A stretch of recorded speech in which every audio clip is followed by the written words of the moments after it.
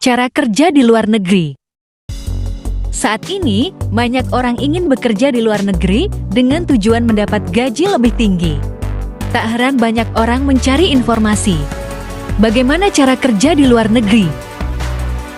Dikutip dari buku panduan dan percakapan untuk tenaga kerja Indonesia terbitan Niaga Swadaya.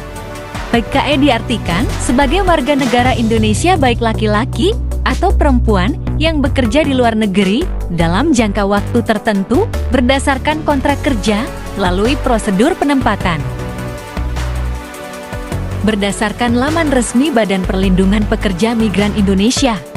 Untuk mendapatkan informasi tentang bekerja di luar negeri, masyarakat bisa mendapatkannya di beberapa tempat antara lain: Kantor Dinas Tenaga Kerja dan Transmigrasi di Snakertrans di kabupaten kota masing-masing, Kantor Balai Pelayanan Penempatan dan Perlindungan TKI BP3TKI di provinsi setempat, Bursa Kerja Luar Negeri BKLN di kabupaten kota setempat, Kelompok Berlatih CTKI berbasis masyarakat KBBM yang ada di kabupaten kota desa setempat, organisasi masyarakat atau lembaga swadaya masyarakat LSM yang membantu TKI. Menjadi tenaga kerja Indonesia TKI merupakan suatu keputusan hidup yang harus disiapkan dengan matang. Salah satu persiapannya adalah menyiapkan syarat-syarat dokumen kerja di luar negeri secara resmi. Penting untuk diketahui, TKI yang tidak memiliki dokumen resmi mendapatkan perlindungan sangat sedikit dari pemerintah. Seringkali, mereka mendapatkan hak yang sangat sedikit di negara tempat bekerja. Bahkan jika tertangkap, bisa dideportasi termasuk menunggu lama di POS penahanan. Agar bisa bekerja di luar negeri secara aman dan legal, kamu perlu mengetahui syarat-syarat beserta dokumen resmi yang dibutuhkan. Dikutip dari laman bp2me.go.id, berikut syarat dan dokumen yang diperlukan. WNI berusia 18 tahun ketika mendaftar sebagai TKI atau 21 tahun jika bekerja sebagai pembantu rumah tangga. Akta kelahiran. Surat keterangan sehat. Jika perempuan, surat ini harus menyatakan bahwa tidak dalam kondisi hamil. Surat izin dari suami dan istri dan orang tua dan wali yang diketahui oleh lurah atau kepala desa. Kartu pendaftaran pencari kerja KPPK atau kartu kuning yang diterbitkan oleh DSNAKETRANS.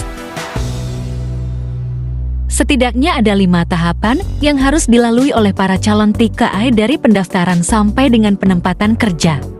Berikut uraian lengkapnya. 1. Lakukan pendaftaran. Pada tahap ini, calon TKI mendaftarkan diri di kantor DSNAKETRANS. Pastikan syarat dan dokumen yang dibutuhkan di bawah. 2. Ikuti seleksi dan rekrutmen. Pada tahap ini, calon TKI akan mendapat penyuluhan mengenai job order oleh DSNAKETRANS dan PPTKS pelaksana penempatan TKI swasta. Setelah itu, calon TKI akan mengikuti seleksi administrasi dan wawancara. Jika lolos, calon TKI akan diminta tanda tangan perjanjian. 3. Pra pemberangkatan. Pada tahap ini, khusus yang bekerja di sektor informal akan diminta untuk tinggal di penampungan PPTKS. Selama tahap ini, CPTKI akan mendapat pelatihan keterampilan, tes kesehatan, dan psikologi, membayar dana pembinaan, penerbitan paspor dan visa oleh pihak imigrasi, dan lain. 4. Pemberangkatan. Pada tahap pemberangkatan, para TKI akan diantar ke bandara atau pelabuhan oleh PPTKS dan dibantu mengurus dokumen pemberangkatan. Pihak PPTKS akan menginformasikan ke agen mitra tentang jadwal kedatangan TKI di negara penempatan. 5. Penempatan. Setelah sampai di negara tujuan, TKI dijemput oleh agen mitra di bandara atau pelabuhan. Nantinya, agen mitra inilah yang membantu mendaftarkan TKI di KBRI KJRI. Setelah itu, bukti akan dibawa oleh agen mitra ke tempat pengguna dan mulai bekerja. Demikian cara kerja di luar negeri secara aman dan legal. Semoga bermanfaat.